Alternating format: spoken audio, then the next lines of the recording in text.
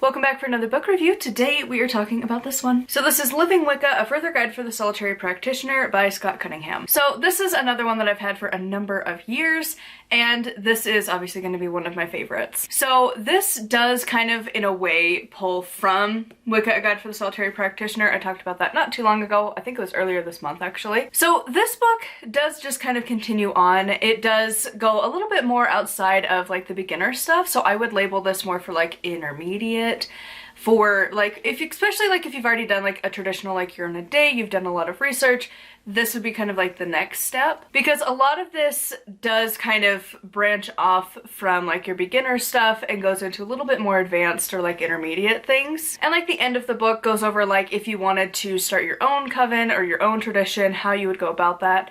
And honestly, that was like kind of appropriate for me as I was reading through this, because I've mentioned this to my patrons, but I have a tier that is going to start up on like, I think it's the 30th or the 1st, I haven't decided what day it's going up, but on probably the 30th of this month, so like this Sunday, it will be going up.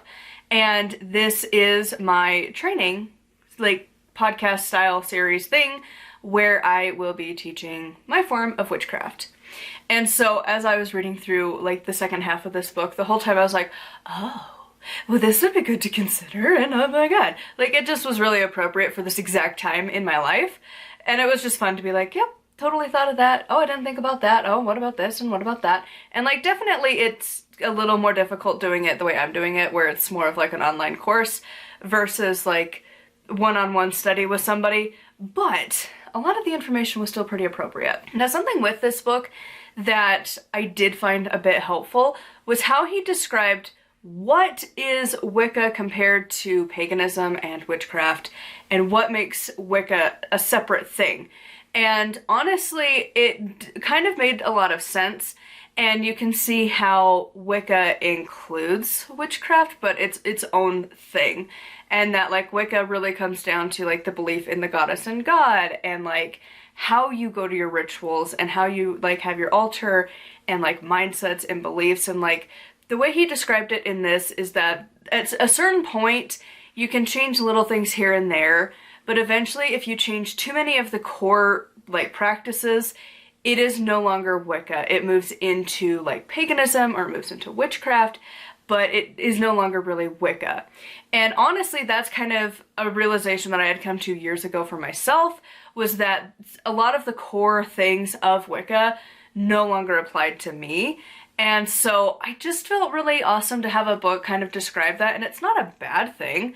And like, definitely the majority of content is gonna have a Wicca slant to it, but this is just one of those things that it's like, yes, you can create your own things, but at a certain point, it might not be the right label for you, and you might realize like it doesn't work for you. Like for me, the idea of the goddess and the god as the diamond, but also separate, and like all of the facets, whatever, doesn't work for me. And yet, for a lot of people, it does. And of course, as you're going through this book, he does have a number of recommended readings, which I thought was really nice. And he kind of just talks about how to take the basics and move it into like an everyday existence, because you're not just Wiccan or pagan or whatever when you are sitting at the altar. It's an everyday, every moment kind of a thing, even if you're not consciously thinking of it, but it needs to be like a regular basis to like really start living Wicca. So once again, this is just one of those books that is fantastic if you are interested in the craft at all, and you've kind of gotten past the like basics of learning the like fundamentals of the craft. This is a good one to pick up. Again, I would say this is for like year 2, year 3, or however you feel. Sometimes the beginner stage lasts quite a while, especially if you don't have a lot of time to dedicate to it. But when you feel like you're in the intermediate to advanced, this is a good book to pick up. If you're like extremely advanced, this might not be the most helpful, but again, that last part where it's talking about creating your own tradition could easily be quite helpful, because a lot of us, when you realistically start to think about teaching, like you're in the advanced stages, at least of like your baseline practice. I don't think you're ever completely advanced in like everything, because like there isn't enough life to do that. Like you're going to hone in on a few areas, and that's going to be where you advance, and other parts you'll be intermediate, and some you'll be beginner, and some you will have a vague idea. Like there's never enough time in one lifetime to know it all. To know all of the runes, the tarot, to know every pantheon, to know every, like, way to look at the holidays. Like, there's no way to know it all.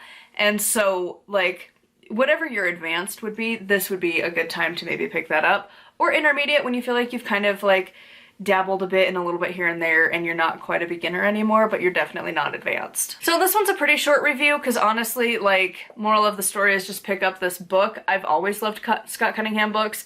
I think he was a fantastic writer. I think this is one of the last projects he had actually worked on because it talks about him writing it in like 92. He passed away early 93. So probably realistically, this is one of the last ones he wrote. And so it's just one of those things where it's kind of like, aw, kind of bittersweet of like knowing that it's probably one of the last projects he had actually worked on. And to be like, did you know at that point? You know? So anyways, it's a bittersweet kind of a book when you keep that frame in mind. But again, great resource. It doesn't have like a doom and gloom vibe to it, obviously. But it's just something that like in the back of your mind, you're like, dude, like you wrote this, I think it like hit the one like date that he actually put in here was like July or something of 92. And then he passed away in March of 93. So like not even a year later. And it's just kind of a bummer because like he was such a good teacher. And I do wish we could have seen what he could have accomplished now in the digital age and like with all the various forms of content, whether it's podcast style, blogs, which aren't probably as popular as they used to be, and like TikTok and social media and self-publishing being like a huge industry now, where even if you had self-published before, it was pretty difficult and like you had so much weight on your shoulders, whereas now, not as much. And a lot of authors actually find more success self-published than with traditional publishing. So like it would just be so much fun to see what he could have accomplished. But anyways, moral of the story, fantastic book, definitely recommend. I would love to hear your thoughts on this one in the comments down below. As I mentioned, my podcast, like style witchcraft training thing, great marketing, I know, is coming out at the end of this month, April of 2023. This first lesson is talking about how we are starting our Book of Shadows, and so if you would like to join, I always have it linked below. And of course, a huge shout out to my current patrons. Their names will be here on the screen. If you'd like to support me and get access to exclusive content, including that podcast, it will be linked in the description down below. Make sure to like and subscribe. I post every single day, and until next time, thank you so much for watching, and blessed be.